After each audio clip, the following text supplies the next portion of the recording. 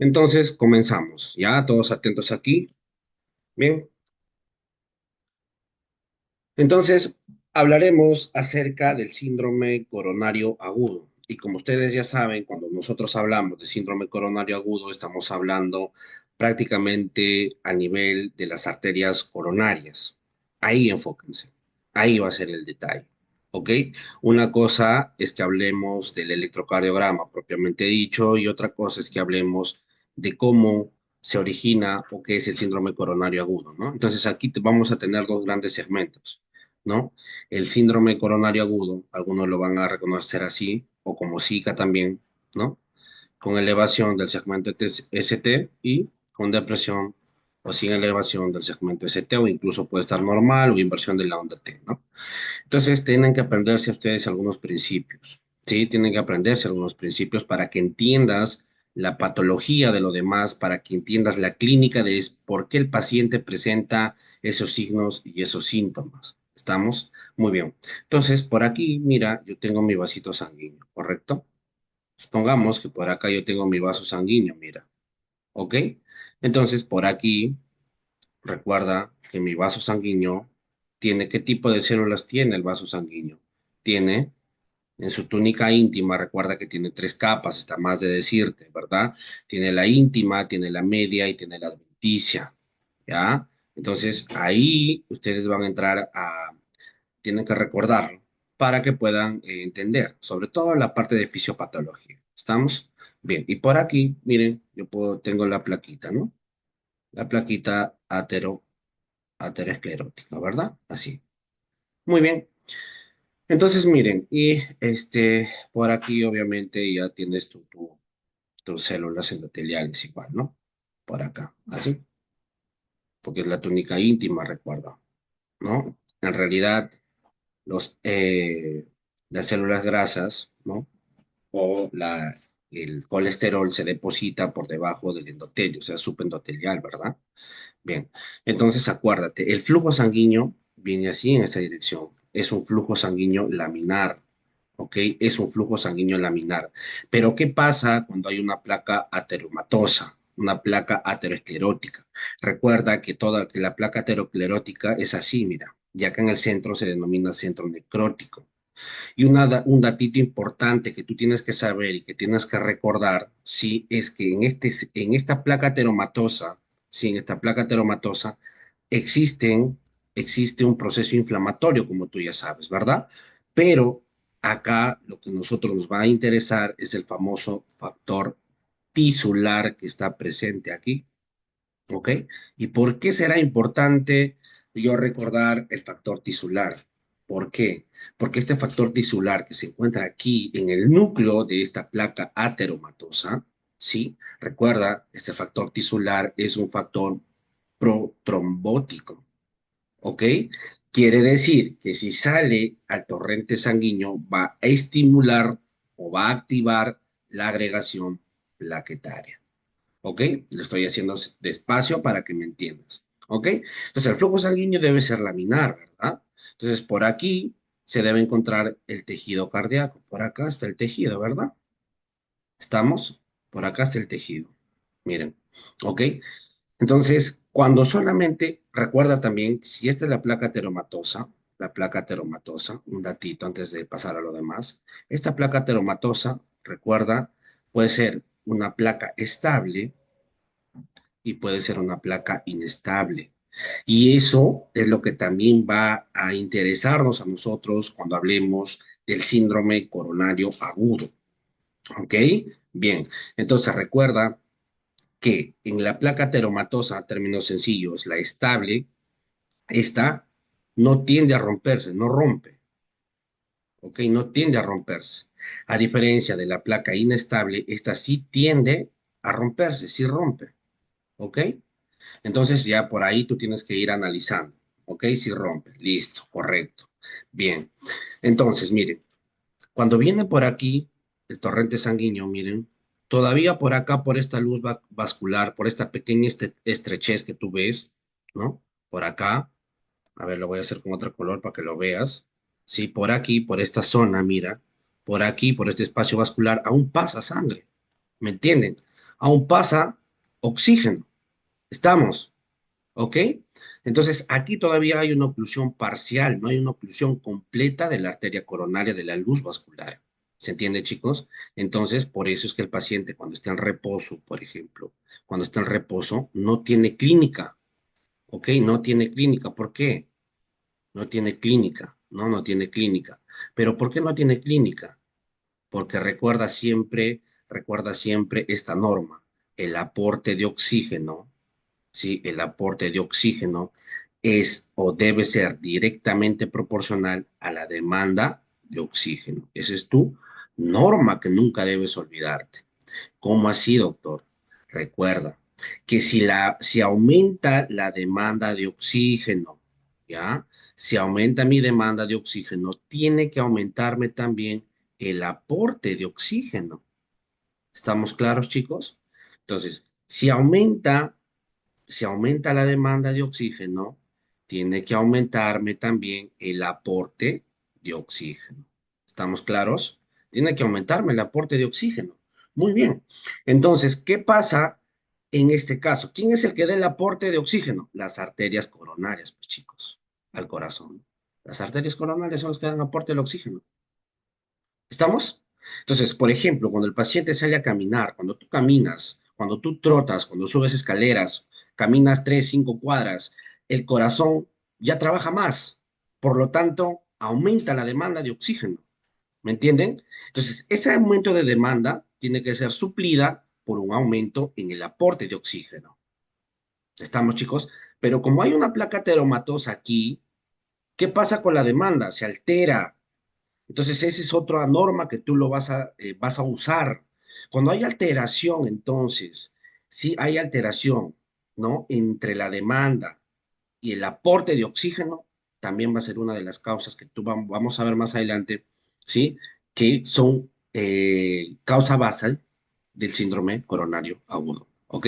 Entonces, en este caso, cuando hay una placa ateromatosa, como está obstruyendo la luz vascular, va a disminuir el aporte de oxígeno. Entonces, si aumenta el aporte, la demanda, ¿qué pasa con el aporte? No aumenta. ¿Por qué? Porque está ocluida la luz vascular. Entonces, ¿qué dice tu libro? Que el paciente comienza a tener clínica cuando hay una oclusión del 70% de la placa de luz vascular. O sea, si hay una oclusión del 70%, comienza recién a tener clínica. ¿Estamos? ¿Sí, chicos? Sí, sí me están entendiendo. Entonces, por eso es que el paciente, por ejemplo, cuando comienza a tener ejercicio, ay, me duele, llega con dolor precordial, se sienta, descansa y le pasa. Cede al reposo, pero cuando es una obstrucción parcial. Entonces, aquí lo que tú estás viendo, sí, lo que tú estás viendo, sí, es una obstrucción parcial, ¿verdad? Es una obstrucción parcial. ¿Estamos, chicos? Es una obstrucción parcial.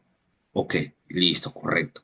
Entonces, hasta ahí, mientras no se rompa, si mientras esa placa no se rompa y este factor tisular no se exponga, ¿sí? Recuerda, recuerda que justamente cuando hay una obstrucción parcial y no hay ruptura justamente de la placa ateromatosa, no hay formación de coágulo, de trombo, entonces ahí sí se indica los famosos antiagregantes plaquetarios, las estatinas, incluso por ahí dicen ansiolíticos, porque el paciente va a llegar con una clínica bastante florida, que también ya lo vamos a ver más adelante. ¿Ok? Entonces, apréndete esas dos cositas. ¿Ok? Pero ¿qué pasa? Mira. Entonces, ¿hasta ahí todo bien? ¿Se entendió? ¿Sí? Chicos, ¿se entendió hasta ahí? ¿Alguna pregunta? ¿Todo bien? A ver, chicos, por favor, pueden encender sus audios y no escribirlo, no hay problema.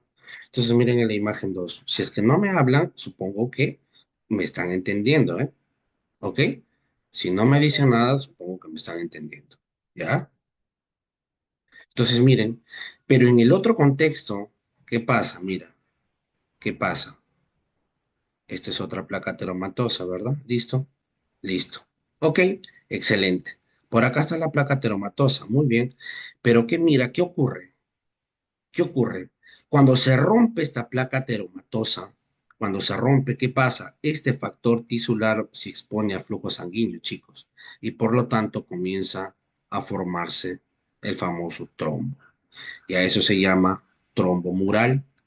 Te pregunto entonces, mira, Del pequeño espacio vascular que quedaba, este trombo ocluye completamente ya la luz vascular o no. ¿Sí o no, chicos? Sí, Claro que sí. ¿Ven? Entonces ocluye completamente la luz vascular.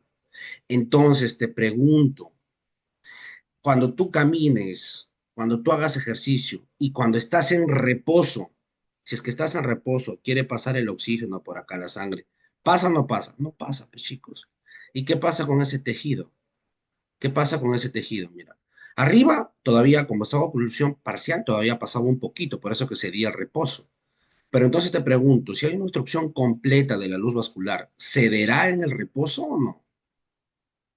no, No cede en el reposo, es otra de las principales diferencias. No cede al reposo, el dolor precordial. ¿Ok? Ese dolor que tiene el paciente no cede al reposo. Y esto sí, sí, es una emergencia. Acá se tiene que hacer prácticamente manejos quirúrgicos. Arriba puedes hacer manejos farmacológicos, ¿ok? Pero abajo sí es un manejo quirúrgico inmediato. ¿Estamos, chicos? Entonces, acá arriba, como tú estás haciendo ejercicio físico, caminas y todo eso, comienzas a tener isquemia, ¿no? Isquemia, o sea,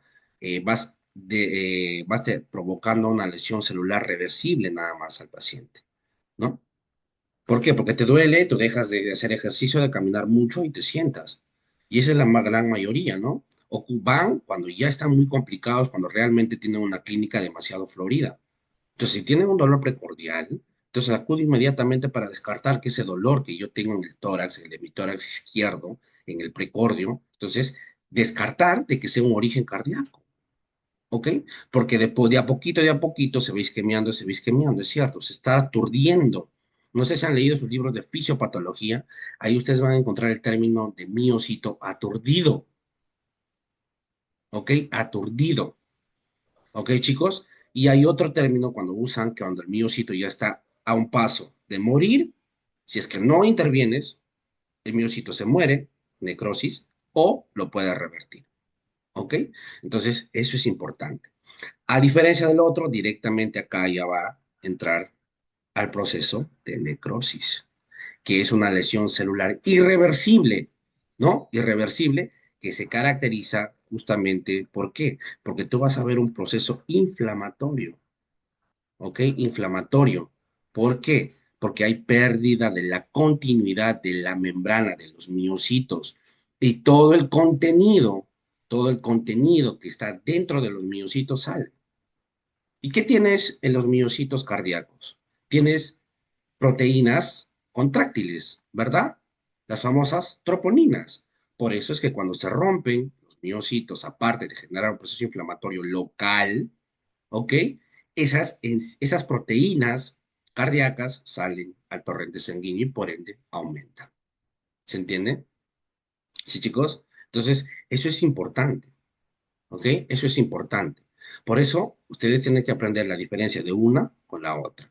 Ustedes ya han visto, ya como están en clínicas, ustedes ya han visto cómo es, ¿no? La lesión celular reversible, qué características tiene una lesión celular reversible. Y luego una lesión celular irreversible, chicos. ¿Ok? Muy bien. Ahora, vamos aumentando tu nivel entonces. En la parte número uno, mira lo que tú vas a ver, ¿sí? Lo que tú vas a ver, ¿sí? En el electrocardiograma, ¿sí? Mira, el electrocardiograma normal tú ya sabes cómo es, ¿no? Ya sabes cómo es el electrocardiograma normal. Tienes tu electrocardiograma, ¿no? Uno normal, vamos haciendo uno normal.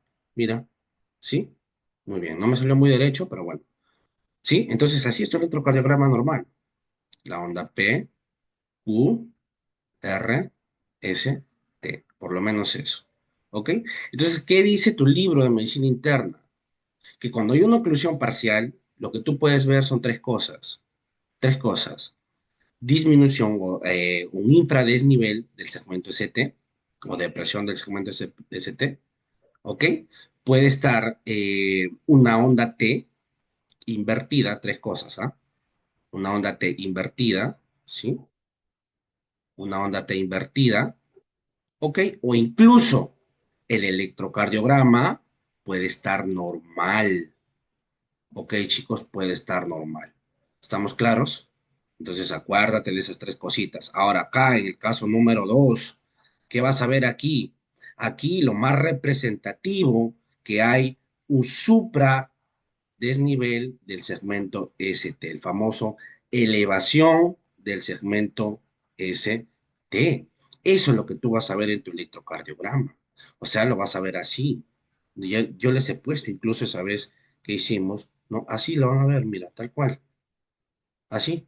Y acá está el segmento ST. Hay elevación del segmento ST. Y esto sí nos indica emergencia, emergencia. ¿Estamos?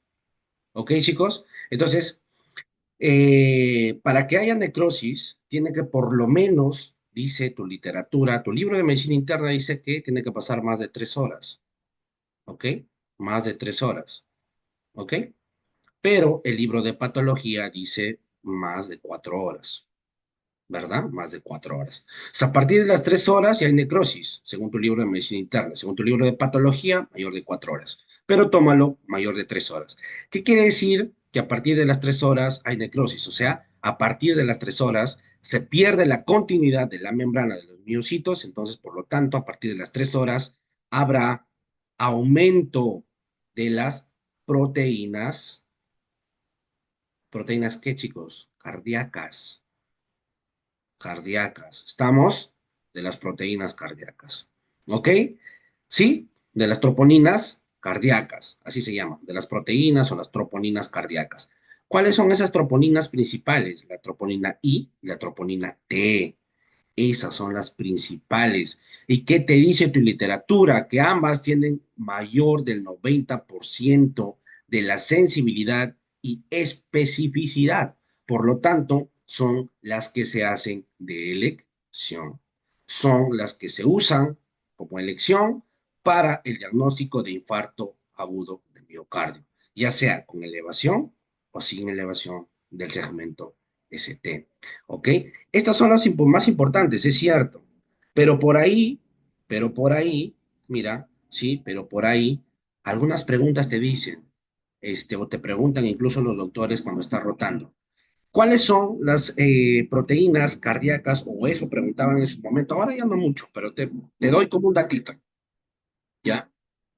¿Cuál de las proteínas es la que se aumenta primero, más rápido? ¿Cuál aumenta primero, más rápido, chicos? A ver, en orden. ¿Cómo es? ¿Se acuerdan o no se acuerdan? ¿Quién es la primera que aumenta? Cuando hay un infarto de miocardio, chicos. A ver, la primera que aumenta es la mioglobina. ¿Ok? Mioglobina. Estamos muy bien. A ver, por ahí me han dejado un mensaje. A ver, vamos. Chicos, tienen que participar, ¿eh? No, la mioglobina, ¿ya? La mioglobina. ¿Estamos? Ahora, luego, también puedes usar, ¿no? Puedes usar la creatinina sinasa, ¿no? MB, ¿verdad? La creatinina o creatinina sinasa MB que también aumenta. Dice tu literatura que tiene casi la misma sensibilidad y especificidad que las troponinas, ¿ok? Y que son más baratas, ¿no? Pero que las que de elección siempre van a ser las troponinas, troponina I y troponina T, ¿ok? Entonces, ¿qué quiere decir esto?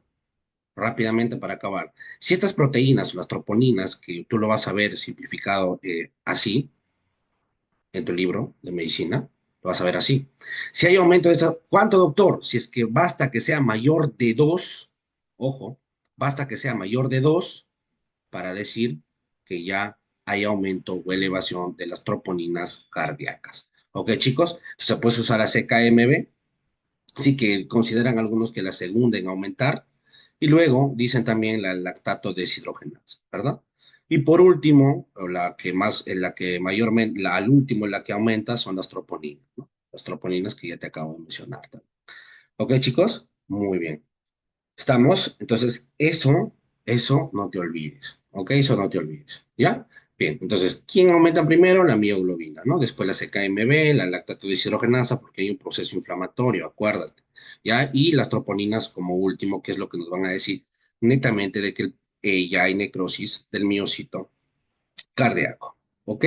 Bien, ahora, Doctor, ¿dónde ocurre la ruptura? Sí, mírenme, para que se forme ese trombo que tú ves aquí y ocluya completamente la luz vascular, sí, chicos, puede ocurrir por distintas formas, pero la forma más común puede ser por fisura, erosión o ruptura de la placa aterosclerótica, ateromatosa, perdón. ¿Sí, chicos? Entonces, si es que hay fisura, erosión o ruptura de la placa aterosclerótica, ¿qué pasa? Sale el factor tisular, se expone a la sangre y se forma el trombo. A este trombo se llama trombo mural. Y este trombo, como el flujo sanguíneo es así, directo, laminar, ese trombo puede romperse o no. Claro que sí, se puede romper y se forman los famosos tromboémbolos, chicos. ¿Ok? Los famosos tromboémbolos. Entonces, doctor, ¿dónde son los lugares que mayormente se pueden fisurar, se pueden romper? Aquí, miren, chicos, estas zonitas, ¿lo ves esta zona acá? ¿Sí? Como la placa aterosclerótica crece, genera bastante tensión, dice tu literatura, aquí, en estos extremos, en la unión de la placa aterosclerótica con el tejido normal todavía. O sea, aquí ya eso se les llama codos, ¿ok? Y en esos sitios donde ocurre el acodamiento o los codos es la zona de mayor tensión. Piénsalo, pues, chicos, ¿no? Esa es la zona de mayor tensión. Por lo tanto, tiene mayor probabilidad de romperse, de fisurarse. ¿Estamos? ¿Sí, chicos? ¿Se entendió? ¿Alguna pregunta hasta ahí? ¿Sí? ¿Se entendió o no se entendió, chicos? Sí, doc. Sí, Listo. doctor. Excelente. Espero que me estén entendiendo, ¿eh? ¿Ya? Muy bien. Entonces, todo claro. Correcto. Entonces vamos ya hablando un poquito más. Entonces, ya con esto ya tú vas a ver lo demás, la teoría un poquito. Entonces, sí puedo borrar, voy a borrar un poquito, ¿sí? Para poder seguir hablando, ¿ya? Esto que dice resumen integral es lo que tú tienes que ver prácticamente, es un resumen de todo lo que vamos a ver, ¿ok? Y recuerda siempre igual consultar tu librito, ¿ya? Bien, entonces, vamos borrando, ¿ya? Vamos borrando. Siguen ingresando los chicos. Yo siempre les digo 10 minutos antes y ingresan después. Miren. ¿Ya, chicos? Bien. Entonces, voy borrando, ¿ya? Voy borrando esto. Bien, voy borrando acá. Entonces, es un pequeño resumen, ¿ya? Ahora sí, vamos netamente a hablar del síndrome coronario agudo. Esa introducción ha sido importante para que tú entiendas, ¿ya? Ese resumen integral. Bien, no quiere borrar. Bien, muy bien, chicos. Listo. Ahora, miren, otra cosita. Cuando hablamos, lo voy a hacer con azul, ¿sí? Cuando hablamos de síndrome coronario agudo, ¿sí, chicos? eh, lo definen como si constituyera, ¿no? El- como la fase aguda de la enfermedad coronaria, ¿ok? ¿Y qué dice tu libro? Que la aterosclerosis o las placas los ateromas, las placas ateromatosas, ¿sí? Causan el 90%, mira, el 90% de los casos de enfermedad coronaria, ¿ok? El 90% de los casos de enfermedad coronaria. Y entonces, ¿qué te dije que es el síndrome coronario agudo? Que es el que constituye la fase aguda de la enfermedad coronaria. Ya lo vamos a ver su definición un poquito más adelante igual. Ahora, ¿qué más tienen que saber? Miren, que el 75%, ¿sí, chicos? Que el 75%, ¿sí? De la trombosis que ocurre, sí, el 75% de la trombosis que ocurre en la arteria coronaria, ¿sí? ¿Sí, chicos? Es debido a que, ya les expliqué acá en la imagen, se produce ¿por qué? Se produce, lo voy a escribir para que no te olvides, se produce ¿por qué? Por la rotura, ¿sí? Puede ser rotura o fisura, o algunos dicen erosión incluso, ¿no? ¿O fisura de qué? de la placa ateromatosa, ¿ok? Ateromatosa. Acuérdate de esa definición, ¿sí? Entonces, el 75% de la trombosis en las arterias coronarias se produce por la ruptura o fisura de la placa ateromatosa.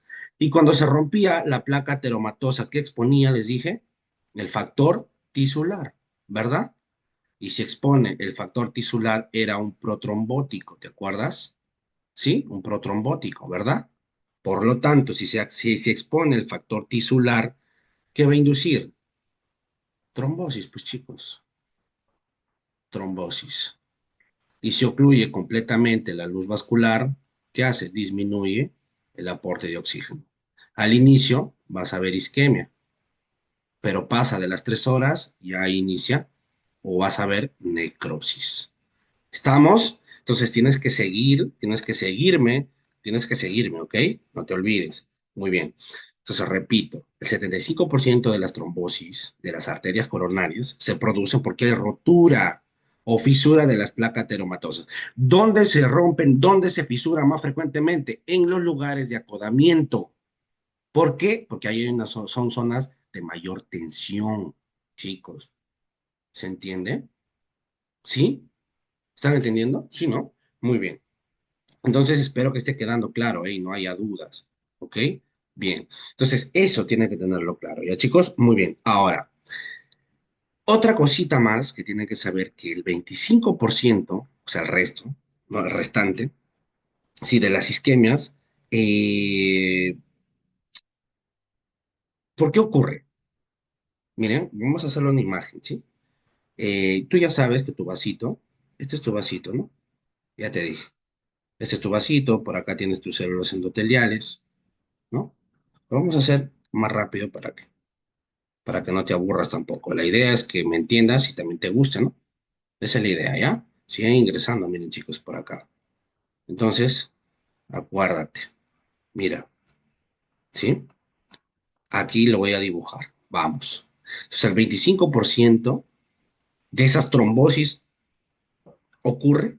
¿Por qué te dije? Porque también había otro proceso que era la erosión. ¿Pero erosión de qué? Este es el endotelio vascular, acuérdate. Entonces, cuando se erosiona aquí el endotelio vascular, mira, se erosiona, ¿sí? Cuando hay erosión, ¿sí? Entonces, esa es la otra causa. El 25%, entonces, que queda de la trombosis, ¿sí? ¿Ok? Del trombo, el 25% del trombo en la arteria coronaria, nuevamente, para que no te confundas, en la arteria coronaria, ocurre ¿por qué? Por erosión, dice tu literatura, ¿no? Erosión superficial, todavía tú lo especificas, ¿ok? Erosión superficial del endotelio vascular. Por lo tanto, si se erosiona, se comienza a erosionar. Tú acá tienes la famosa lámina basal, ¿verdad? Por acá está tu lámina basal, ¿sí? Tienes tu lámina basal, ¿sí? Y cuando hay erosión aparte del endotelio vascular, ¿qué se expone, chicos? ¿Qué se expone cuando hay erosión del endotelio? ¿Qué expones cuando se erosiona? A ver, a ver. ¿Qué ocurrirá cuando si se erosiona el endotelio vascular? Tu literatura dice así, ¿no? Comienza a erosionarse y así comienza a romperse, mira. Así, así en ese sentido. ¿Ven? De arriba hacia abajo, así. Entonces, todo esto es la zona de erosión. Todo esto se erosiona, todo esto se erosiona.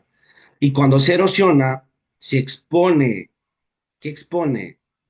¿Qué se expone, chicos? El colágeno, pues, a la sangre. El colágeno, y por ahí también algunos dicen el famoso factor de von Willebrand, ¿no? Entonces, ¿qué ocurre cuando se expone el colágeno? Y el factor que te acabo de mencionar. ¿Qué pasa? Trombosis, pues, chicos. Trombosis. ¿Ven? Y ese es otro de los mecanismos de trombosis en la arteria coronaria. ¿Estamos? Uno, cuando se rompe la placa teromatosa, que representa el 75%, ¿sí? Y el 25% es porque hay erosión superficial del endotelio vascular. No, o sea, quiere decir que las zonas de mayor tensión no se han roto aún, pero el endotelio que está tapizando la superficie de la placa teromatosa se erosiona, se rompe, ¿sí? Se erosiona. Y al erosionarse, ¿qué pasa? El endotelio se erosiona, expone el colágeno y por lo tanto se estimula la trombosis, ¿ok? Por eso, cuando tú leas, es normal lo siguiente, y te lo digo, en cualquiera de esos casos que acabamos de ver, ¿sí? Ambos pueden provocar reducción aguda, ya sea total o parcial, de la luz del vaso. O sea, pueden ocluir, ¿sí? De forma parcial o total la luz del vaso, cualquiera de esos dos mecanismos. ¿Ok, chicos? ¿Sí? Bien. ¿Se entendió? A ver, ¿alguna duda, alguna pregunta hasta ahí?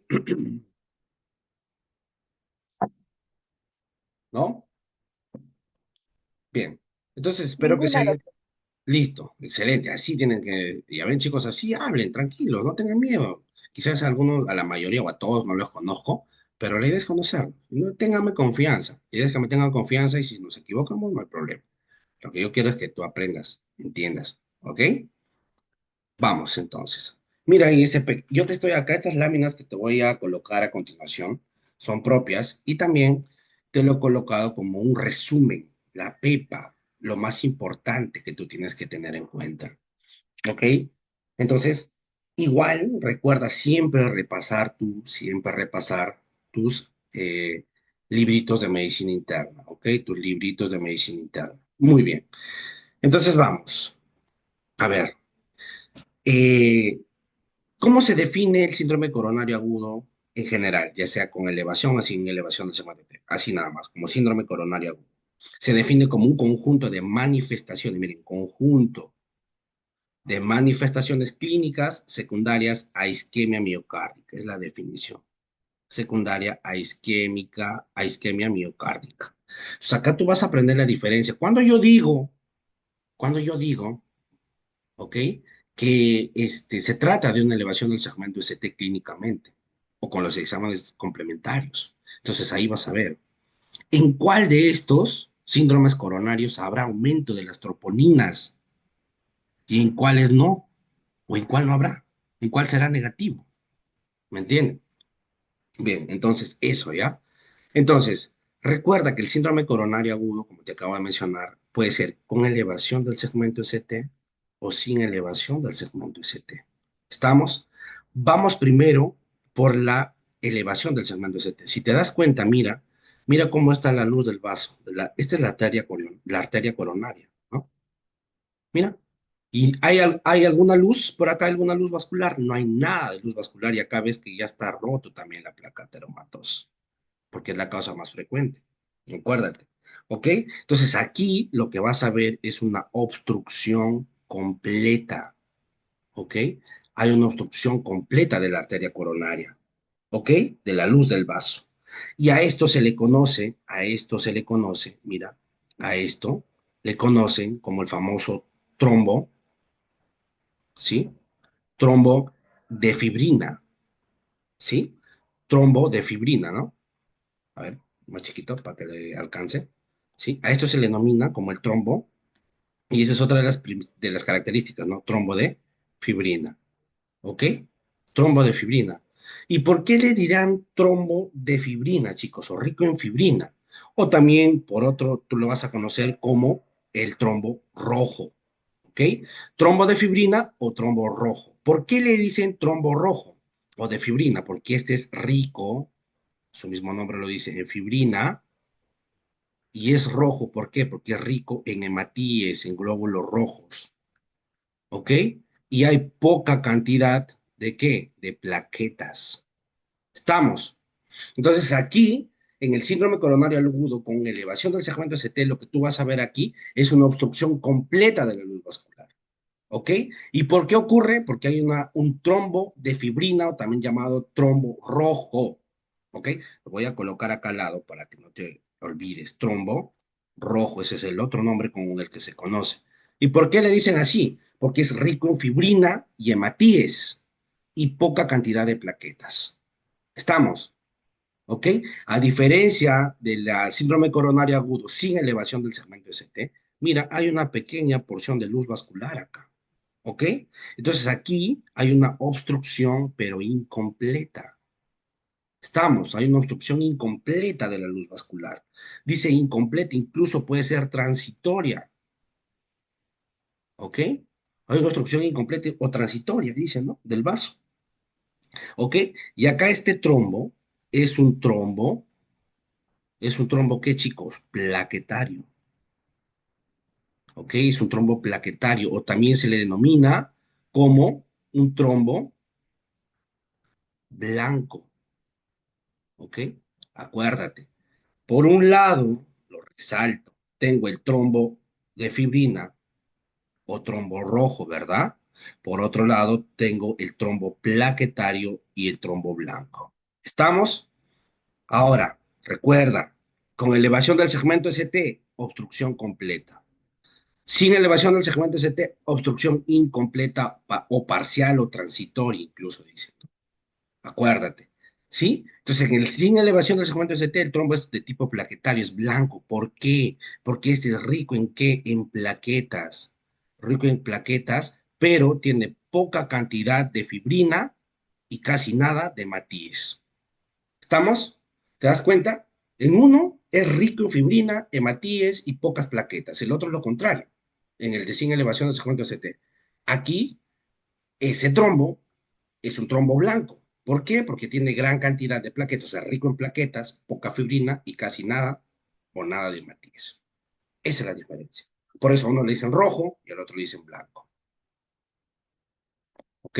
Espero que estoy yendo de a pasos. ¿Ok? Sí se está entendiendo, ¿no? Espero que esté quedando claro. ¿Ya, chicos?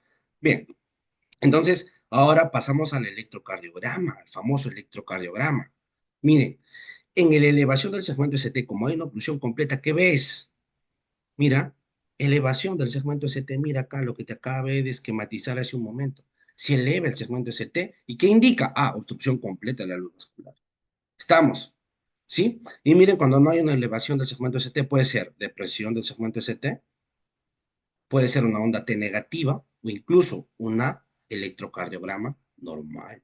No te lo digo yo, te lo dice tu libro, ¿ok? Entonces a veces uno lo maneja mal, uno no, quizás así te enseñan, pero mira, si tú lo repasas, está mal, ¿no?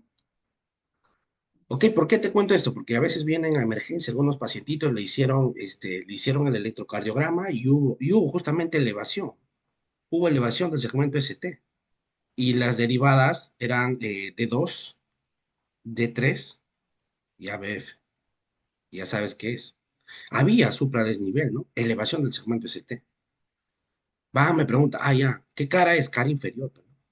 Sí, cara inferior. Y ahí si hay elevación del segmento ST es que hay una obstrucción completa, ¿sí? Hay una obstrucción completa y ahí le dieron, como es un hospital nivel 2 le dieron manejo ahí rápidamente antiagregante, nada más. Pero si tú lees tu medicina interna, no te dice eso, ¿no? Que en realidad, como lo vamos a ver más adelante, ese tratamiento antiagregante aplica, pero para los que no tienen elevación del segmento ST, chicos, ¿ok? Y eso lo dice tu libro, ¿ok?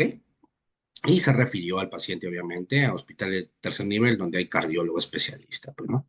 Bien, entonces, hasta ahí estamos claros, chicos. Entonces, nunca te olvides, ¿ya? Nunca te olvides. En el electrocardiograma, cuando hay elevación del segmento CD, así se observa, tal cual. Así como lo ves, tal cual lo vas a ver tú cuando veas electrocardiogramas, pacientes que tengan síndrome coronario agudo o infarto. Algunos libros te dicen infarto agudo de miocardio con elevación del segmento ST o sin elevación del segmento ST.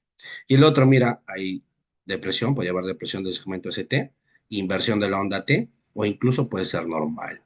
Ok, chicos, entonces esas tres cositas no se olviden, por favor, ¿ya? Entonces, miren, no se olviden, ¿ah? Bien, ¿alguna pregunta hasta ahí, chicos? ¿Estamos claros? ¿Sí? ¿Alguna duda? Sí, doc. Ya, excelente, muy bien. Entonces, eh, es importante mencionar la famosa placa vulnerable o también inestable, ¿ok? O inestable. A ver. Entonces, para que lo entiendas mejor, sí, para que lo entiendas mejor, quiero que veas algo, mira, rápidamente, sí, rápidamente, mira, quiero que veas algo aquí, ¿ok? Estos de acá son diapos que uso con la otra academia, miren, miren chicos, si lo ves, esto es una placa ateromatosa. ¿Sí? ¿Estamos? Entonces yo quiero que tú veas aquí. Quiero que me sigas. ¿Sí? Entonces, si te das cuenta, tú tienes la túnica íntima, tienes la túnica media y tienes la túnica adventicia. Las células musculares lisas, ¿dónde las tengo? En la túnica media, ¿verdad? ¿Sí? Entonces, la túnica media, esta es la media, ¿sí? Esta es la media. ¿Y en dónde ocurre la aterosclerosis? En la túnica íntima, no te olvides. Entonces, ¿qué pasa cuando hay una placa ateromatosa? Estas células que son las células musculares lisas, mira, las células musculares lisas, ¿qué pasa? Estas se activan y comienzan a migrar y a la vez que migran, también proliferan. ¿Para qué? Para que, como ves aquí, comiencen a juntarse alrededor de la placa ateromatosa, se juntan alrededor de la placa ateromatosa, ¿no? Y se van formando como una especie de ladrillos, así es como que si los músculos lisos fuesen ladrillos que se van depositando alrededor de la placa ateromatosa, ¿ok? ¿Y quién es el cemento que va a permitir que se solidifique, que esos músculos lisos estén bastante rígidos, bastante estrechos, unidos y que no se rompan? El colágeno y la elastina. Entonces, por eso acá se libera el factor de crecimiento transformante beta, el factor de crecimiento fibroblástico y también el factor de crecimiento que estimula la neovascularización y la angiogénesis, ¿no? Entonces, acuérdense eso, ¿ya? Claro, el factor de crecimiento endotelial vascular, ese era, ¿ya? Entonces, acuérdense de eso. ¿Qué estimula? Migración y proliferación de músculo liso. Estamos. Cuando este músculo liso, chicos, cuando el músculo liso se deposita de manera correcta, como ves aquí, alrededor de la placa ateromatosa, la rodea y se forma un muro bastante grueso con gran cantidad de colágeno y elastina, se llama una placa ateromatosa estable. ¿Estamos? ¿Sí? ¿Se entiende la idea? Ahora, cuando yo digo que es una placa ateromatosa inestable, cuando este efecto es todo lo contrario, cuando ese muro, cuando esa pared de músculo liso es delgada, hay pocas fibras musculares lisas alrededor de la placa teromatosa, hay poca cantidad de colágeno y elastina y por lo tanto que hay mayor susceptibilidad y mayor riesgo de qué? De que la placa ateromatosa se rompa, que haya rotura de la placa ateromatosa. Mayor probabilidad. ¿Ok? Cambio en el otro no, porque las fibras musculares lisas dice que lo contienen, lo hacen rígido, ¿me entienden? Por lo tanto, así haya bastante tensión, no se rompe, ¿ok? Pero en la inestable hay poco músculo liso, poco colágeno y elastina, y por lo tanto hay mayor probabilidad de ruptura y mayor probabilidad de fisura y erosiones, ¿ok? Entonces, eso es lo que le va a caracterizar. Entonces, eso es lo que te quiero dar a entender aquí, ¿ok? Eso es lo que yo te quiero dar a entender aquí. ¿Estamos? Muy bien. Ahora, continuamos entonces. Ahora sí, continuamos entonces. ¿Sí? Entonces, por eso se llama placa vulnerable. ¿Por qué? ¿Por qué placa vulnerable? Porque una placa vulnerable, recuerda que tiene poca célula lisa y todo eso. Y entonces, es que hay, en vez del músculo liso, ¿qué hay? Más grasa, chicos, más tejido graso. Y su centro es más necrótico. O sea, la necrosis en el núcleo de esa placa ateromatosa es más extensa. ¿Estamos? Entonces, por eso, ¿por qué le dicen placa vulnerable? ¿Ok? Porque mira, el riesgo de rotura de una placa ateromatosa depende más de su composición que del grado de obstrucción al flujo que produce. ¿Estamos? Porque si es un ateroma estable, con gran cantidad, un músculo bastante estrecho, ¿no? Bastante resistente, puede ocurrir 70-60% de la luz vascular, pero no se rompe porque hay mayor cantidad de músculo liso, de colágeno y elastina que de la parte de grasa en sí, ¿me entienden? A diferencia de la placa vulnerable, que es todo lo contrario, te vuelvo a repetir, poco músculo liso, poco colágeno y elastina y por lo tanto mayor cantidad de qué, de grasa. Por eso es que aquí en esta placa vulnerable, ¿qué te dice tu literatura? Sí, que su núcleo, sí, es rico en qué, chicos, en colesterol, pues en colesterol. O sea, más del 40% de esa placa ateromatosa es colesterol. ¿Estamos? Aparte, ¿qué más te dije? ¿Qué más te dije? Que aquí había o estaba cubierta por una capa fibrosa, ¿no? Una capa de músculo liso, capa fibrosa, pero delgada, ¿ok? Delgada. Estamos delgada. Y si quieres aumentar tu nivel, menos de 100 micrómetros. Capa delgada. Núcleo rico en colesterol, imagínate. ¿Estamos? Entonces, eso. ¿Y qué va a haber entonces ahí? En este tipo de placas heteromatosas, vulnerables, que tienen el núcleo rico en colesterol, una capa fibrosa delgada. ¿Qué va a haber ahí? Cuatro cosas indispensables que tú nunca te tienes que olvidar y lo voy a colocar acá al piecito. Cuatro cosas. ¿Qué vas a ver aquí? Acá, como te dije, vas a ver signos de inflamación, pero local, ¿no? Hay inflamación ahí. Porque hay presencia de macrófagos, acuérdate. ¿Ok? ¿Qué más? Hay poca cantidad de células musculares lisas y algunas incluso mueren hasta por apoptosis. Apoptosis, ¿y qué hace? Reduce más las células musculares lisas. ¿Te das cuenta? Otro datito que no suelen estar, no calcifican, calcifican, o sea, no suelen estar calcificadas. ¿Se entiende? ¿Qué más?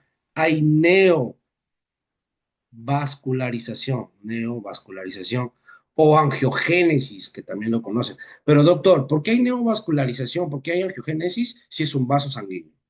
Muy buena pregunta, es cierto. Entonces te explico. A ver, ¿dónde lo explico? No hay espacio. Acá lo voy a borrar, ¿ya, chicos? ¿Ya? Entonces, miren, ¿por qué será? Acá lo voy a hacer, mira. Acá lo voy a hacer en medio. Si esta es tu arteria, ¿verdad? ¿Sí? Entonces, por aquí tú tienes tus células endoteliales, ¿verdad? Tienes tus células endoteliales, ¿sí? Células endoteliales, tu lámina basal, tu lámina elástica, la membrana elástica interna también tienes, pues eso ya es histología, ¿ok? Y por aquí, así, ¿no? Lo voy a hacer así, ya, para que no te olvides. Por aquí, músculo liso, ¿ya? Lo estoy dibujando así delgadito para que no te confundas nada más, pero recuerda que es la capa media que es más gruesa en arterias, ¿ya? Otra la membrana elástica externa y por aquí está la túnica adventicia, ¿no? Por acá está la túnica adventicia. ¿Ya, chicos? Muy bien. Entonces, no te olvides. A ver, vamos haciendo las partecitas, ¿sí? Entonces, por acá tengo la íntima, tengo la media y tengo la adventicia, ¿verdad? Ahora, acuérdate. Tú tienes, los vasos sanguíneos también son tejidos, ¿verdad? Y tú tienes histológicamente los famosos vasa vasorum, ¿te acuerdas? O sea, los vasos de los vasos. Esos vasitos vienen por aquí, por la adventicia, vienen acá y llegan hasta aquí. Mira, ¿hasta dónde llegan? ¿Hasta dónde están llegando, chicos? Estos son los vasa vasorum. ¿Hasta dónde está llegando? Hacia la túnica media nada más. ¿Ok? Entonces, estos vasitos, estos pequeños vasos, irrigan también a los propios vasos sanguíneos, por eso se llaman vasa vasorum. Pero solo irrigan a qué? A la túnica media, túnica adventicia, o sea, a la media y a la adventicia, nada más. Doctor, entonces la túnica íntima, ¿quién lo irriga? El mismo flujo sanguíneo que viene por aquí, la misma sangre, chicos. Como esta túnica íntima está en estrecho contacto con el flujo sanguíneo arterial, entonces, esa es la misma que nutre a las células que se encuentran en la túnica íntima. ¿Ok? ¿Estamos? Pero ¿qué pasa en una placa ateromatosa? Recuerda que la túnica, esto de acá, aumenta, ¿sí o no? Así ve, aumenta el tamaño. ¿Estamos? Por lo tanto, hasta acá puede llegar, ¿no? La irrigación por parte del flujo sanguíneo interno. Pero la otra porción que es aquí, esta parte, ¿no? ¿Ok? Esta parte no. Y los vasorum, ¿hasta dónde llegan? Hasta la túnica media. Por eso que el factor de crecimiento endotelial vascular, así se llama, el VEGF, factor de crecimiento endotelial vascular es muy importante. ¿Por qué? Porque es el principal en la angiogénesis. ¿Y quién a este factor de crecimiento endotelial vascular? La disminución de oxígeno, o sea, la isquemia, la hipoxia. Entonces, ¿por qué a este nivel? Entonces, esa parte que no está siendo irrigada se necrosa, hay isquemia, pues chicos. Por eso es que tú vas a ver que aquí el centro, en todos tus libros, te dice que tiene un centro necrótico. Este es el centro necrótico. Entonces, ¿para qué toda esta placa teromatosa? ¿Sí? ¿Qué pasa? Crecen nuevos vasos sanguíneos por el factor de crecimiento anterior vascular ACIVE, neovascularización. Comienzan a proliferar y migrar los vasitos sanguíneos de la túnica media hacia la placa teromatosa. ¿Te das cuenta? Pero esos vasitos sanguíneos nuevos que se han formado para irrigar esa placa teromatosa, ¿qué son? Tortuosos, forman una especie de lagunas, incluso hay hemorragia dentro de la placa teromatosa. Eso lo has visto en tu fisiopatología de la aterosclerosis. Es por eso que también ahí tienes bastante cantidad de factor tisular y cuando se rompe, se forma un tremendo coágulo, un tremendo trombo y por lo tanto obstruye la luz vascular de forma completa. ¿Sí se entiende, chicos? ¿Se entendió? ¿Sí, no? Bien, entonces eso, ¿ok? Por eso es que hay neovascularización y también recuerda otro datito que hay que, ¿qué más hay? El famoso remodelado positivo o activo. Hay un remodelamiento vascular positivo, ¿ok? Y cuando ya ocurre este remodelamiento, chicos, acuérdate, ¿qué indica esto? Que cuando ya comienza a remodelarse, la placa teromatosa, como ya no tiene luz vascular, comienza a crecer hacia la pared del vaso, chicos, ¿ok? Hacia la pared del vaso sanguíneo. Por eso es remodelamiento positivo, dice, ¿no? ¿Para qué? Para tratar de no ocluir completamente la luz vascular. Y eso es, ¿ok? Entonces, no se olviden, ¿ya? Entonces, esas cuatro cositas, ¿ok? Bien. ¿Se está extendiendo entonces? ¿Sí, chicos? ¿Se entendió hasta ahí para pasar a cuadro clínico y diagnóstico? ¿Sí o no? ¿Sí, no? Bien. Entonces, continúo, si no me dice nada, continúo. Entonces, miren, chicos, el 30% de los síndromes coronarios agudos son infartos con elevación del segmento ST, pero el 50% son sin elevación del segmento ST, y el 20% que queda son anginas inestables. Entonces, esos son otros datitos que tienes que tener en cuenta, ¿ya? Bien, ahora, cuadro clínico y diagnóstico. Todo paciente viene con dolor torácico y probablemente lo que piensas a la cabeza es que es de origen de coronario. Pero para que tú digas, ese dolor precordial, ese dolor torácico que tiene mi paciente, ¿será de origen cardíaco o no será de origen cardíaco? Entonces, lo primero que tienes que hacer, chicos, lo primero que tienen que hacer es tener en cuenta tres cosas para, según tu libro de medicina interna, ¿para qué? Para que digas que es de origen cardíaco. Sí, primero diferenciar dolor coronario del que no es. Otro, si existe o no existe síndrome coronario agudo, ya sea con o sin elevación del segmento ST. Otro, que se debe diagnosticar, diagnóstico de que si se trata de una angina inestable o de un infarto de miocardio. ¿Ok, chicos? Entonces, recuerda que la gran mayoría o todos los pacientes que acuden a consulta por dolor torácico, debemos tener en cuenta lo siguiente, que esos dolores torácicos en el 75% de casos es de origen no cardíaco, chicos. ¿Se dan cuenta? Por eso es que tienes que hacer una evaluación exhaustiva. Tienes que hacer una evaluación como se debe. ¿Ok? El 15% nada más presenta infarto, el 5% angina inestable y el otro 5% alguna otra cardiopatía. Entonces, para que tú veas y digas, oye, es de origen cardíaco, tienes que tener en cuenta factores de riesgo y la presentación habitual. Para que tú digas, no, oye, tiene factores de riesgo y aparte tiene la clínica habitual. ¿Cuál es, doctor? Muy bien, te digo. Dentro de los factores de riesgo, la edad. Otro, el sexo, sobre todo pacientes del sexo masculino. Pacientes del sexo masculino. Que tenga diabetes o no. ¿Estamos, chicos? Es otro factor de riesgo. ¿Ok? Si hay la existencia o no de insuficiencia renal. ¿Ok? ¿Estamos, chicos? Y si ha tenido la presencia de aterosclerosis previamente, pero demostrada, obviamente. ¿Ok? Esas, esas cinco cositas, esos cinco factores de riesgo tienes que tener. Bien, tiene uno u otro factor de riesgo. Listo, correcto. ¿Qué hago? ¿Cómo sé que es la presentación habitual de un síndrome coronario agudo? ¿Por qué? Porque el paciente mira según tu fisiopatología, ya lo has visto y tienes que entenderlo, interpretarlo en la clínica. Su presentación habitual, dolor torácico prolongado en reposo, o sea que no cede al reposo, chicos. ¿Te das cuenta? ¿Sí? Un minutito, por favor, ¿ya?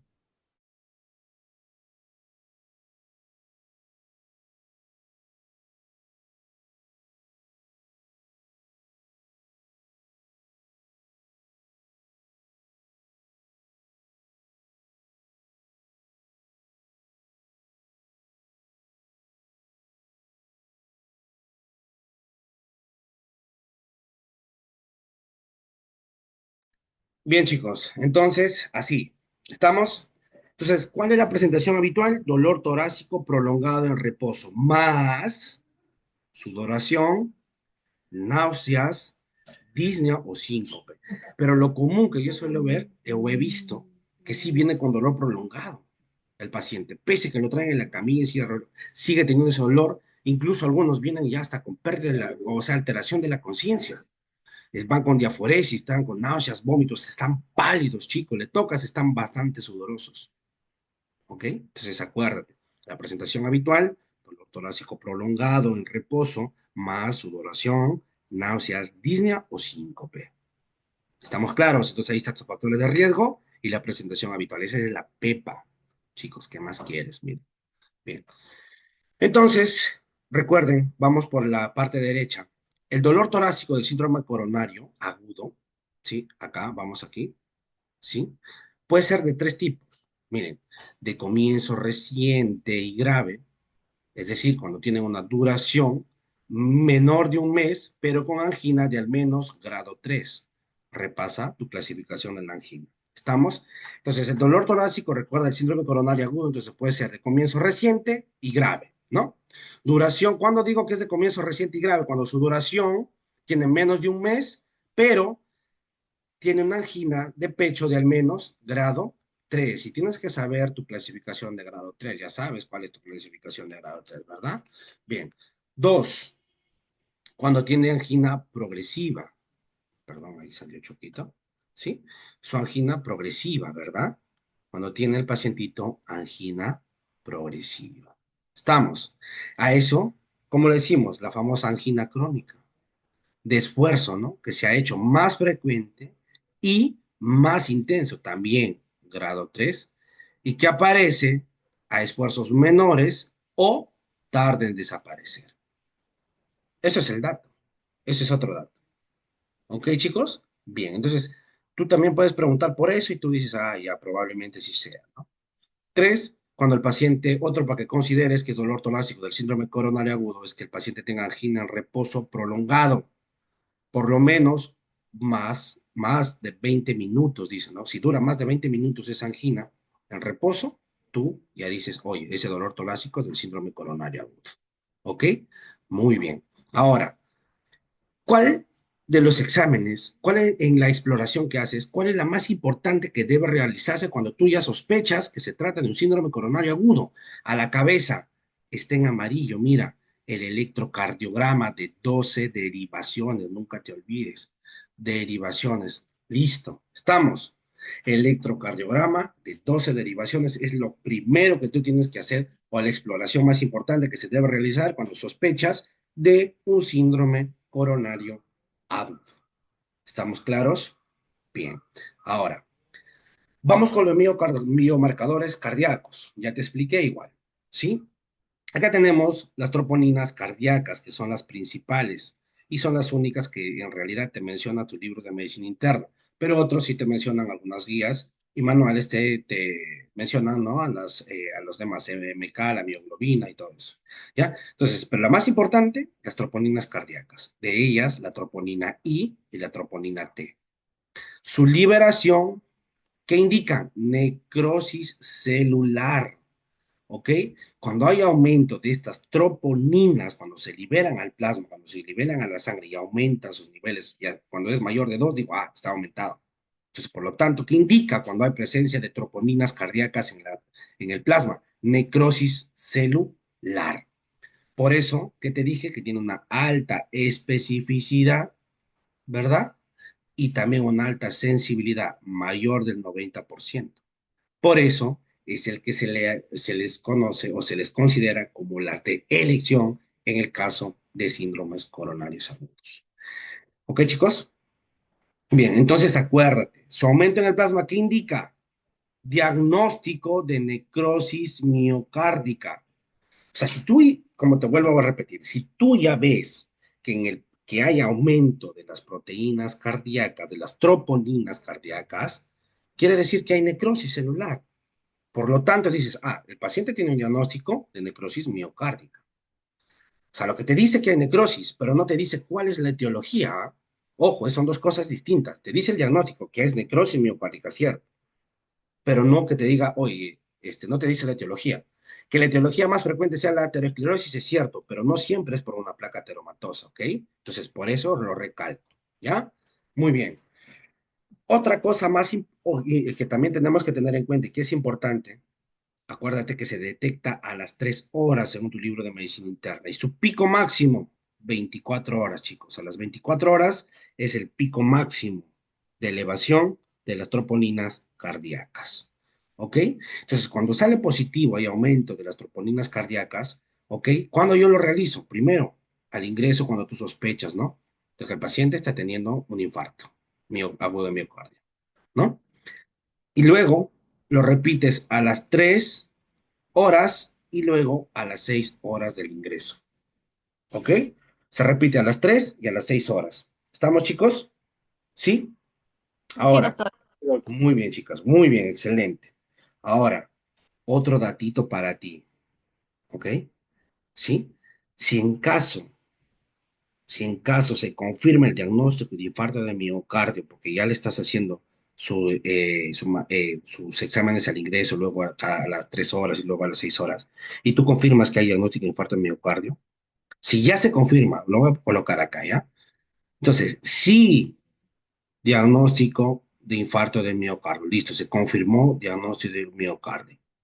¿Qué hago ahí, doctor? Esta prueba de las troponinas cardíacas ya se tiene que realizar cada 12 a 24 horas, te dice tu literatura. Datito para ti. Si tú confirmas el diagnóstico, ya comienzas a hacerle al paciente un control cada 12 a 24 horas. ¿Hasta cuándo, doctor? Hasta, dice tu libro, hasta la normalización, ¿ok? Hasta la normalización de las troponinas en el plasma sanguíneo, ¿ok? ¿Por qué, doctor, hasta la normalización? Porque tú te vas a dar cuenta, ¿ok? Mientras más dure, mientras más dure, quiere decir que mayor va a ser el grado de extensión de la necrosis. ¿Sí? ¿Por qué entonces esperas a su normalización para estimar, ¿no? Para estimar más o menos que el grado de extensión de la necrosis, chicos. Para eso se hace, ¿ok? Entonces, acuérdate, el tiempo de normalización de las concentraciones de las troponinas cardíacas, ¿qué nos determina? El tamaño o extensión de la necrosis. ¿Estamos? ¿Cómo así, doctor? En términos sencillos, a mayor tiempo en el plasma de las troponinas cardíacas, o sea, mientras más demoren en disminuir, quiere decir que mayor es el grado o extensión de necrosis. Así de sencillo. ¿Se entendió? ¿Sí, chicos? Sí, ¿No? doctor. Muy bien, solo Jessy está ahí participativa, miren, ¿eh? Bien. Ahora, otro datitos que tienen que considerar, sí, lo voy a poner por aquí, al costadito nada más, ¿sí? Recuerda, ¿sí? Que cuando ya la necrosis ha pasado o ya son 48 horas del suceso, del evento, acá tú vas a encontrar, dice, necrosis, sí, pero las necrosis son pequeñas, no son tan extensas. Mira, hasta las 48 horas, ¿eh? Pero si el paciente dice, no, sí ya me pasó, ya no me duele, ya, ok, listo, que es así. Pero si pasa, mira, de 5 a 7 días, si de 5 a 7 días, acuérdate, quiere decir que ya a partir del quinto a séptimo día, los infartos son extensos, ya no son pequeños. Son extensos, chicos. ¿Ok? Bien. Entonces, no te olvides de eso, ¿ya? 48 horas, las necrosis son pequeñas. De 5 a 7 días, quiere decir que el infarto es extenso. Muy bien. Entonces, eso es hasta ahí con respecto a los marcadores, biomarcadores cardíacos, chicos. ¿Sí se entendió? ¿Sí? A ver, dudas, preguntas hasta ahí. Todo claro, ¿verdad? ¿Sí? Bien, Sí, doctor, sí. excelente. Entonces, quiero que participen, chicos, conmigo, pues por eso yo les pregunto. Ya yo pienso que estoy hablando solo. Bueno, entonces acá les he puesto un cuadrito, miren, ¿sí? Un cuadrito de la diferencia de un trombo plaquetario con un trombo rico en fibrina. Sea lo que te había dicho, el trombo plaquetario o trombo blanco, sí, blanco, o trombo plaquetario, trombo rico en fibrina o trombo rojo, no te olvides, ¿ya? Ya chicos y chicas y chiques, muy bien. Composición principal, plaquetas agregadas, puro plaquetas. Acá fibrina y glóbulos rojos. Y poco trombo. ¿Ok, chicos? Bien, entonces no se olviden. Ya, ese es un pequeño resumen ahí que les he dado para que aprendan a diferenciar, ¿no? Entonces, lo normal es que sus trombos ricos en fibrina, miren, estén en las venas donde hay baja presión. ¿Por qué? Porque su formación es lenta, ¿ok? Es lenta. Y normalmente, o lo normal debería, o normal no, o sea, lo más común es que se forme en las venas. ¿Por qué? Porque hay baja presión y su formación es lenta, como te digo. A diferencia del trombo plaquetario, que es más rápida y ocurre en arterias y generalmente asociadas a alta presión. ¿Ok? Entonces, por eso es que la mayoría lo hace el manejo solamente con antiagregantes plaquetarios, ¿no? Y al que hace manejo anticoagulante o intervención coronaria percutánea, sí, ese lo hace el, ¿cómo se llama? El cardiólogo, pues, ¿no? Ya los que especialistas, ¿ya, chicos? Bien. Entonces, esas son unas cositas ahí para que lo tengas en cuenta nada más, ¿ya? Bien. Entonces, vamos hablando ya propiamente del síndrome coronario agudo sin elevación del segmento ST que le he tratado de que colocar la pepa, ¿sí? Porque recuerda que también tienes que repasar tú, ¿sí? Y complementas nada más, porque en realidad acá está prácticamente casi todo, ¿ya? Entonces, ¿a qué llamo yo síndrome coronario agudo sin elevación del segmento ST? Recuerda, dentro de este grupo, lo consideran como síndrome coronario agudo sin elevación del segmento ST, a la angina inestable lo mantienen dentro de este grupo, y también al infarto de miocardio que no tiene elevación del segmento ST. A estos dos se les considera o están dentro del síndrome coronario agudo sin elevación del segmento ST. Y doctor, ¿por qué le consideran dentro de un solo grupo? Porque son parte de una misma entidad, dice tu libro, misma fisiopatología, cuadro clínico, ay, perdón, el mismo cuadro clínico y también tienen el mismo manejo. Tanto en la angina inestable, mismo cuadro clínico y el mismo tratamiento. ¿Ven? Muy bien.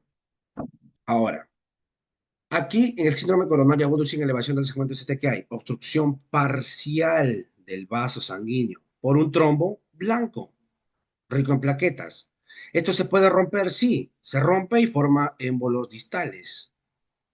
Mira, y como cuando forma esos émbolos distales, ¿qué provoca? Obstrucción de arteriolas. Pero generalmente dice que pueden ser arteriolas epicárdicas, ¿no? ¿Sí? Entonces, provocan, ¿sí? Provocan micronecrosis, pero en subepicárdicas, ¿no? Micronecrosis ahí, mira, micronecrosis, cuando se rompe, pues, ¿no? Bien. Ahora, la activación plaquetaria, cuando hay esta formación de los trombos blancos, ¿sí? También hay disfunción endotelial por las placateromatosas, ¿no? En general hay disfunción endotelial y activación plaquetaria. ¿Y estos qué provocan? Vasoconstricción. ¿Y la vasoconstricción qué hace? Reduce más la luz vascular, ¿verdad? Por lo tanto, aumenta más el riesgo de qué? De micronecrosis. O que la necrosis de pequeña se extienda un poco más. ¿Ok, chicos? Entonces, ¿cuál es el manejo para estos casos del síndrome coronario agudo sin elevación del 50 CT? Primero, reposo absoluto. Tu libro de medicina interna dice administración de ansiolíticos. No he visto que administren ansiolíticos, pero lo dice, así que igual te lo digo. ¿Ya? Tratamiento de factores desencadenantes o agravantes si es que los hubiera.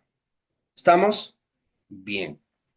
Ahora, el tratamiento, acuérdate, el tratamiento puede ser antitrombótico y anticoagulante.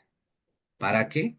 Para evitar la obstrucción completa de la arteria coronaria. ¿Ok? ¿Para qué se hace el tratamiento antitrombótico y anticoagulante? De ser necesario la anticoagulación, evitar la obstrucción completa de la luz vascular. ¿Ok?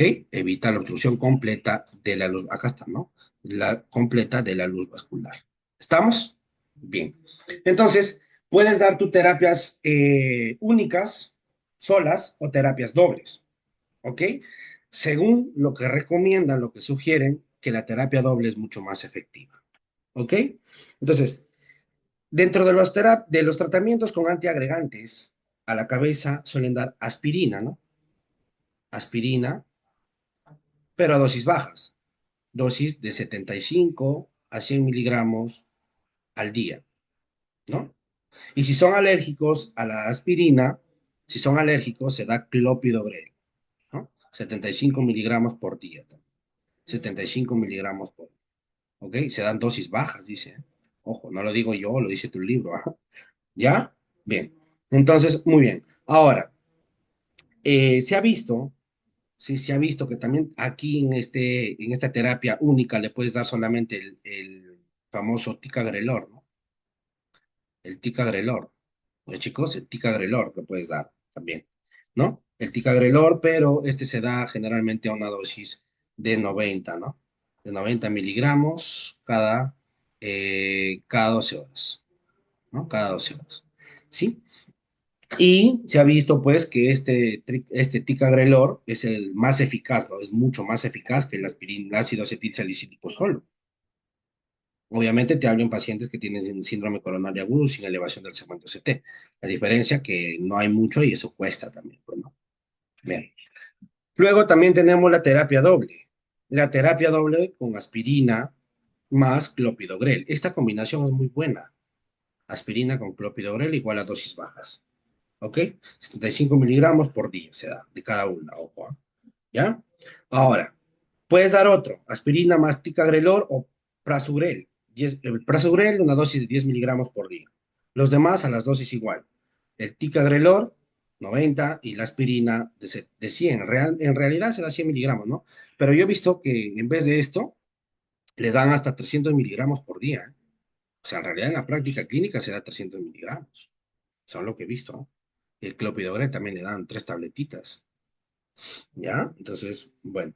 Ahora, recuerda que todo antiagregante plaquetario siempre va a aumentar el riesgo de hemorragias, ¿sí?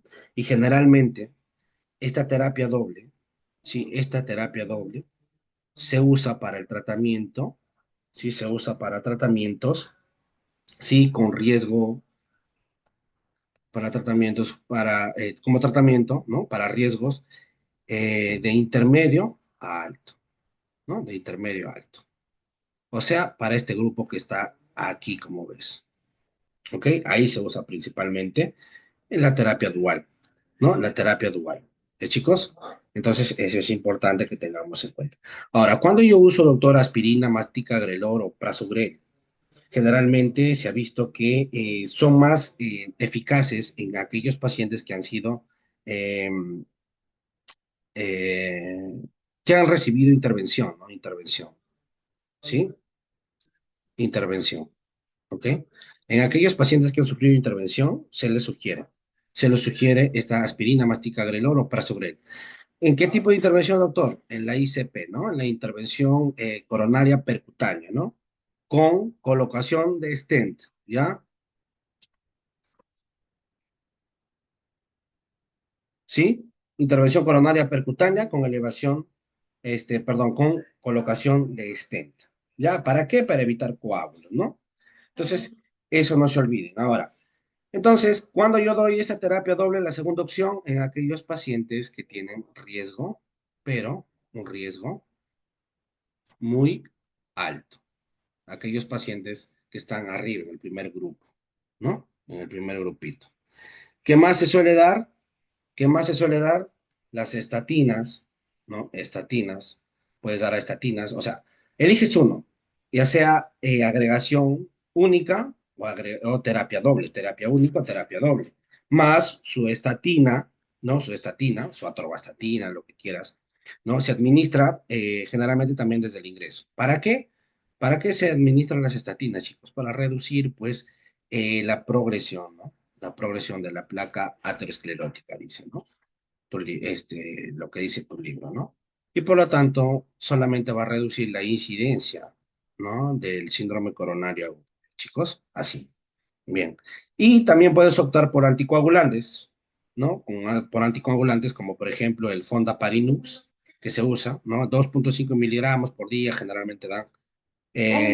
Y ahí, cuando tú vas a usar anticoagulantes, tienes que siempre evaluar el riesgo-beneficio. ¿Ok?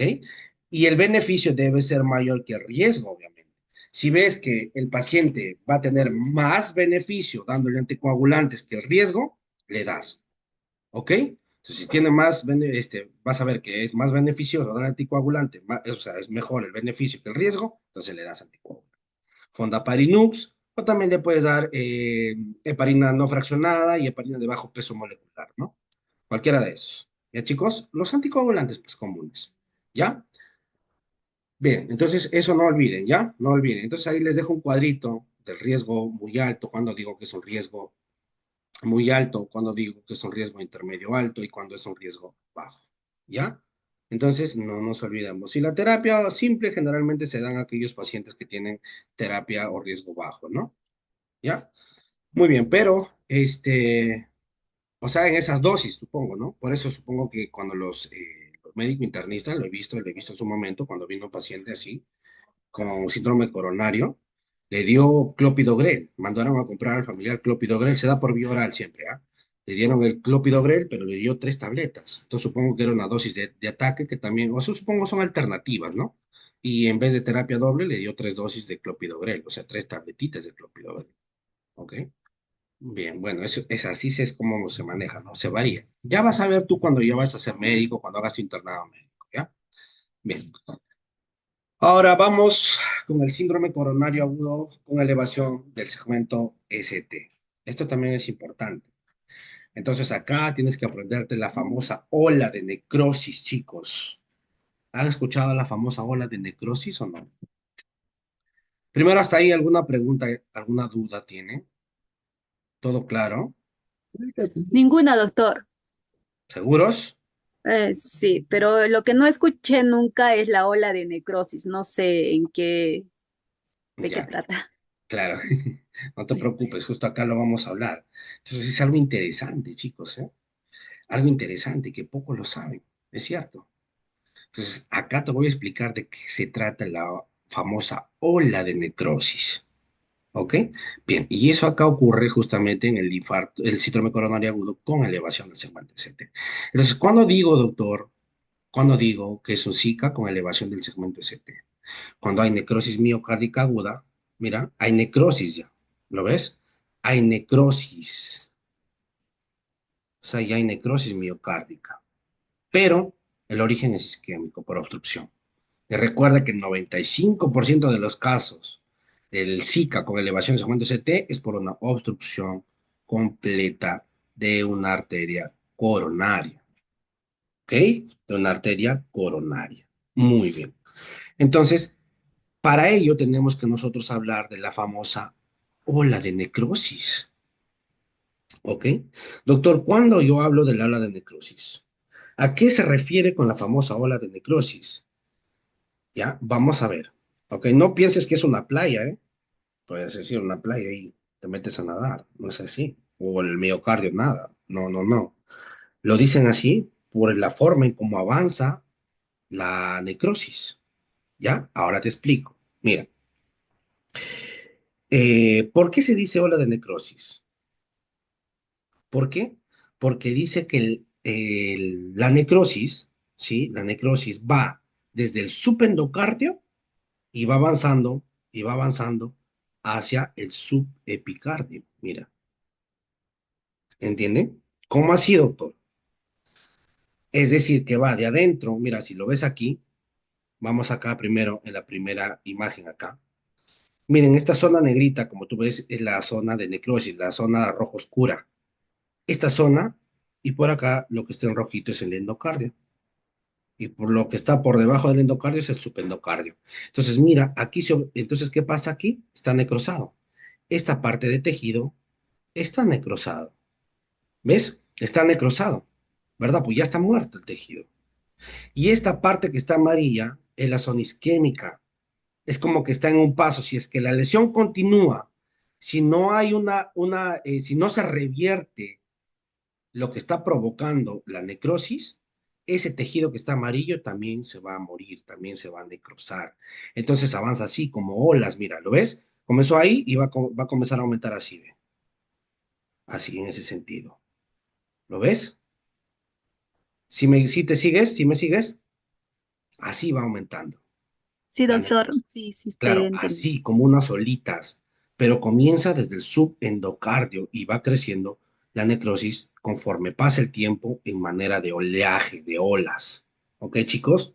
Entonces, acuérdate, ojo, a mayor masa miocárdica irrigada por el vaso que ha sido ocluido, que ha sido obstruido, mayor también será el tamaño de la necrosis. Ojo, pestaña y ceja. ¿Ok? Muy bien. Entonces, esta ola de necrosis se dice que es más rápida, sí, más rápida, durante las 3 primeras horas. O sea, es más rápido durante las 3 primeras horas. ¿Ok? Es más rápido durante las 3 primeras horas. ¿Sí? Y ya a las 12 horas, esa necrosis se hace completa, como lo puedes ver en la imagen. Miren, en 1 hora, supendocárdica. A las 3 horas, mira, está abarcando ya prácticamente hasta el tercio medio, ¿verdad? Hasta la mitad del miocardio, ¿lo ves? ¿Sí lo ves o no? Pero a las 12 horas ya está afectando toda la pared miocárdica, ¿ves? Toda la pared se afectó, ¿ok?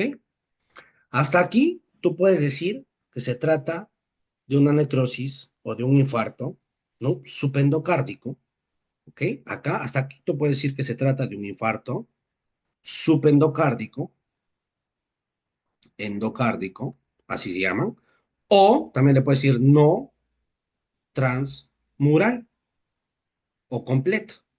Estamos, así, cualquiera de esos dos nombres, ¿ok? Cualquiera, a estos dos les puedes decir que se llaman infartos subendocárdicos o no transmurales o también no completos, ¿ok? Cambio, el que está aquí, allá pasó las 12 horas y completó toda la pared miocárdica, a esto sí se le conoce como un infarto transmural. Se le denomina como un infarto transmural o completo, ¿ok? Infarto transmural o completo. Así también se define. Entonces, no te olvides, ¿eh? No te olvides, ¿ya? Muy bien. ¿Estamos claros? Entonces, más o menos así se está dividiendo. Miren, a 1 hora, mira, estaba a nivel del subendocardio. A las 3 horas ya avanzó bastante hasta la mitad del miocardio. Y a las 12 horas ya está completa toda la pared del miocardio, ¿verdad? Ya se completó toda la pared del miocardio. Y a eso se le llama infarto transmural o infarto completo, chicos, ¿ya? ¿Estamos? Bien. ¿Se entendió? ¿Estamos claros hasta ahí? Sí, doctor. Muy bien. Entonces eso se llama infarto o necrosis, como tú quieras, transmural o completo, ¿ya? Como tú quieras. Y justamente, mira, cuando se hace transmural, cuando ya se completó esta zona de necrosis, cuando ya se muere, dime, el miocito cardíaco se vuelve a regenerar o no? Chicos, ¿se regenera o no se regenera el miocito cardíaco? ¿Qué opinas? No se regenera, no regenera. Por lo tanto, regenera. Esas zonas de necrosis, si es que es completa, si es que es completa, en general, toda esa zona de necrosis, ¿qué va a pasar? Se cambia por tejido fibroso, no por miocitos, por tejido fibroso, ¿sí? Por tejido fibroso. Es decir, ¿qué ocurre? Se cicatriza, un proceso de cicatrización, se cicatriza, chicos. ¿Ok? Se cicatriza, ¿ok? Y por lo tanto, esta área que está necrosada, que tú lo ves aquí, esta área que está necrosada, esta área necrosada, esta área necrosada, esta área necrosada, se fibrosa, se cicatriza porque ya no funciona, ya no hay miocito cardíaco, ya se murió. Estamos. Esto se hace delgado, justamente esta zona se va a hacer muy delgada, se hace bastante delgada, pero esta zona que está aquí, que tú lo ves aquí, es una zona que está normal, que aún está vitalizada, pero tienes una zona que está muerta, que no hace función. Por lo tanto, esa zona que está normal tiene que funcionar el doble, tiene que funcionar más. Por lo tanto, esta zona normal, al funcionar más, al contraerse más, fisiológicamente, cuando el músculo cardíaco que está normal se contrae más, ¿qué ocurre? ¿Qué sucede? Se hipertrofia, chicos. ¿Ven? Se hipertrofia. Y esa zona se hipertrofia.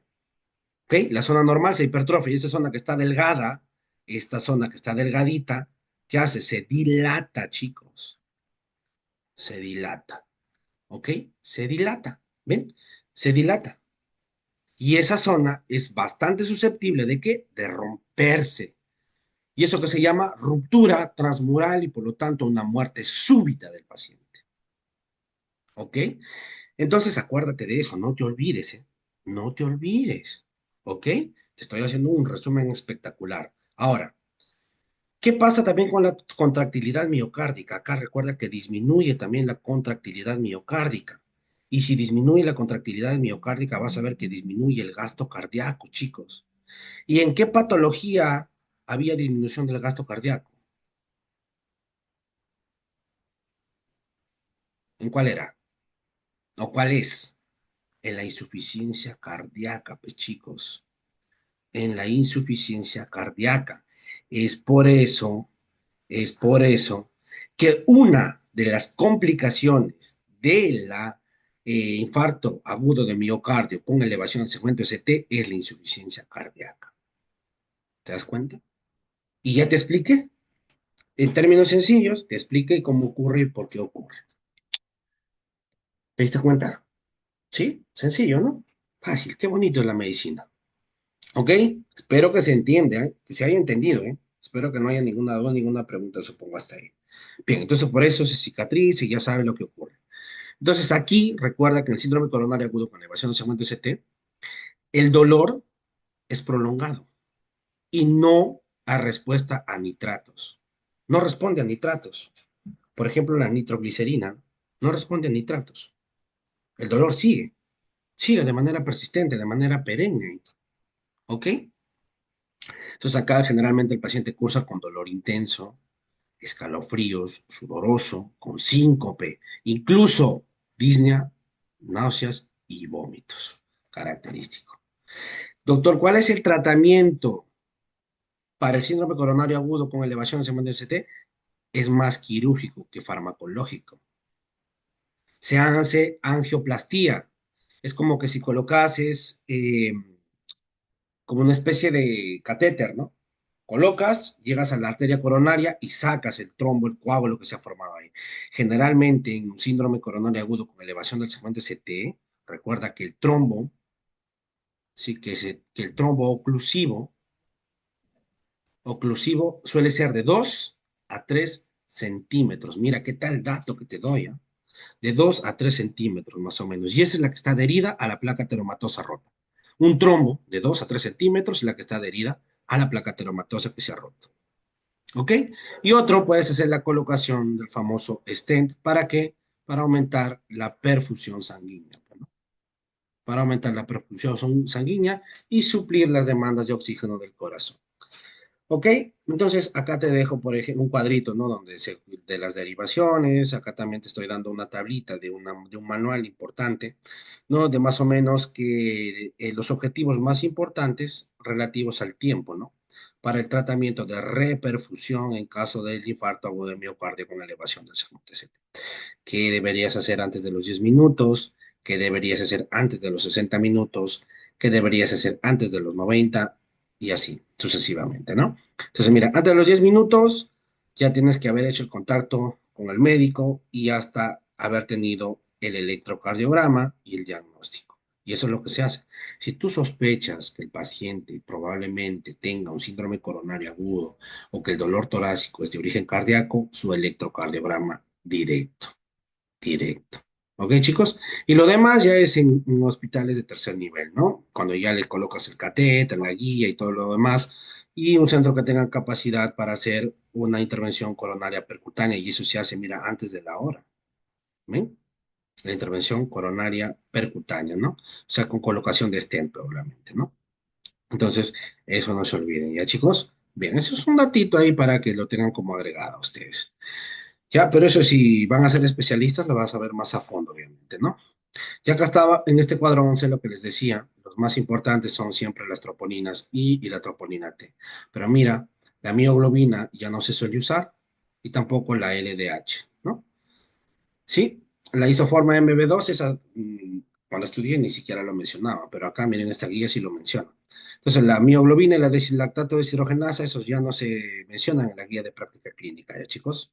Para síndrome coronario agudo. Pero mira, aparece, o suele aparecer a las de la hora a las 2 horas, ¿no? Y persiste menos de un día, ¿ya, chicos? Entonces, a diferencia del lactato deshidrogenasa, 24 y 48 horas. Pero la más importante siempre son las troponinas, ¿ya? Aparte que duran más días también en sangre, de 5 a 10 días, 5 a 10 días. ¿Ven? Son las que duran mayor, en mayor cantidad en la sangre, ¿no? Bien. Entonces acá está lo que te acabo de decir, miren.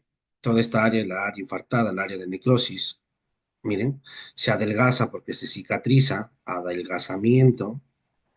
¿Qué pasa luego? Se dilata, porque el corazón también sigue bombeando. ¿Qué pasa? Mira, en esa zona que estaba normal, se hipertrofia del miocardio no infartado. ¿Ven? Y así se ocurre y así va a generar la famosa dilatación global del ventrículo izquierdo. Y cuando se dilata, disminuye la contractilidad, provoca la famosa insuficiencia cardíaca, pues, ¿no? Y acá están las complicaciones principales de un infarto miocárdico, ¿no? Puede provocar arritmias, puede provocar insuficiencia cardíaca congestiva, si es que es del lado izquierdo. Miren, se llena de agua los pulmones, ¿no? Ya sabes, porque hay un reflujo, hay un flujo retrógrado. Por lo tanto, hay aumento de la presión hidrostática en las presiones de los capilares alveolares, ¿no? Hay un trasudado y provoca un edema agudo de pulmón incluso, ¿ok? Pueden generar pericarditis o predisponer en realidad a pericarditis. También infarto de miocardio ventrículo derecho, predisponer a más trombosis, pueden romperse, mire esta rotura acá, sí se llama una ruptura, ¿no? Transmural igual, ¿no? Y que puede provocar una muerte súbita, porque como su cicatriz es más susceptible de poder romperse, ¿no? ¿Ya? Muy bien. Puede generar aneurismas y generar expansión o también aneurisma, ¿no? Y provoca las anginas o reinfartos también. Es otra de las complicaciones que se puede generar. ¿De chicos? Bien. Y acá está un resumen general, miren, de todo lo que acabamos de ver, ¿no? En ese cuadrito. Pero sí, o sea, de lo más o menos qué es lo que tienes que pensar, cómo lo tienes que seguir y cómo probablemente lo tienes que manejar, miren. ¿Ya? Entonces, miren, dolor no coronario, angina inestable, pero siempre, miren, va cambiando de color, ¿verdad? Y acá está ya en amarillo y hacia acá se va hacia rojo, ¿no? Rojo oscuro incluso. Entonces, miren, ve, en la angina inestable y hasta la acá, hasta el infarto de miocardio sin elevación del ST, ¿qué ves tú? Igual vas a ver dolor al reposo y suele ser prolongado. ¿Estamos? ¿Qué más? Que aquí en el electrocardiograma, ¿qué vas a ver? Que es normal, hay depresión del segmento CT u ondas T negativas. ¿Ven? A diferencia del infarto de miocardio con elevación del segmento CT, también hay un dolor en el reposo que es prolongado, pero hay elevación del segmento CT.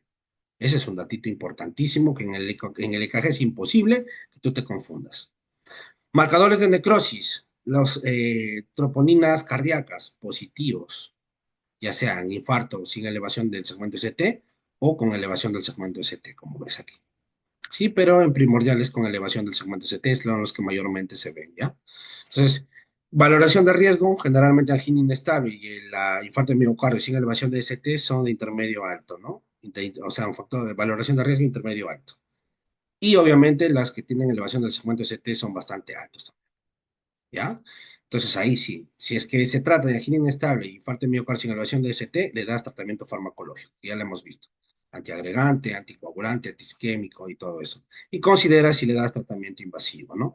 Pero si es síndrome coronario agudo con elevación del segmento ST, ahí sí se hace intervención quirúrgica, generalmente. Angioplastía primaria, más tratamiento antiagregante, antiagregante y anticoagulante como complemento, ¿no? Pero a la cabeza siempre se coloca la parte quirúrgica, ¿no? Angioplastía o colocación de stent para la reperfusión. ¿Ya, chicos? Muy bien. Entonces, no se olviden, ¿ya? No se olviden. Bien, entonces, chicos, eso ha sido un pequeño resumen de todo, miren, lo que es síndrome coronario agudo, de todo lo que tenemos que hablar en realidad. Lo he tratado de hacer casi en 2 horitas, miren. ¿Sí? La idea es que lo hayas entendido y que también lo guardes en tu memoria, en tu chip, en tu disco duro y que lo repases. ¿Alguna duda, chicos? ¿Alguna pregunta? No, doctor. ¿Todo claro? Sí, doctor. Listo, chicos. Muy bien, espero que les haya gustado la clasecita. Muy bien, y así más o menos son las dinámicas de las clases. Muy bien, chicos, que Dios me los bendiga, cuídense mucho, hasta otra oportunidad y por ahí también estaremos haciendo un curso de electrocardiograma. Iniciamos el día lunes ya, porque ya más o menos moví los horarios bonito para adecuarme y los que deseen, pues pueden inscribir al interno, ¿ya? Bien, chicos, ¿ya? Electrocardiograma va a ser el curso que se va a iniciar el día lunes. Bien, chicos, hasta luego, cuídense mucho, ¿ya? Muchas gracias, doctor. Listo, chicos, cuídense.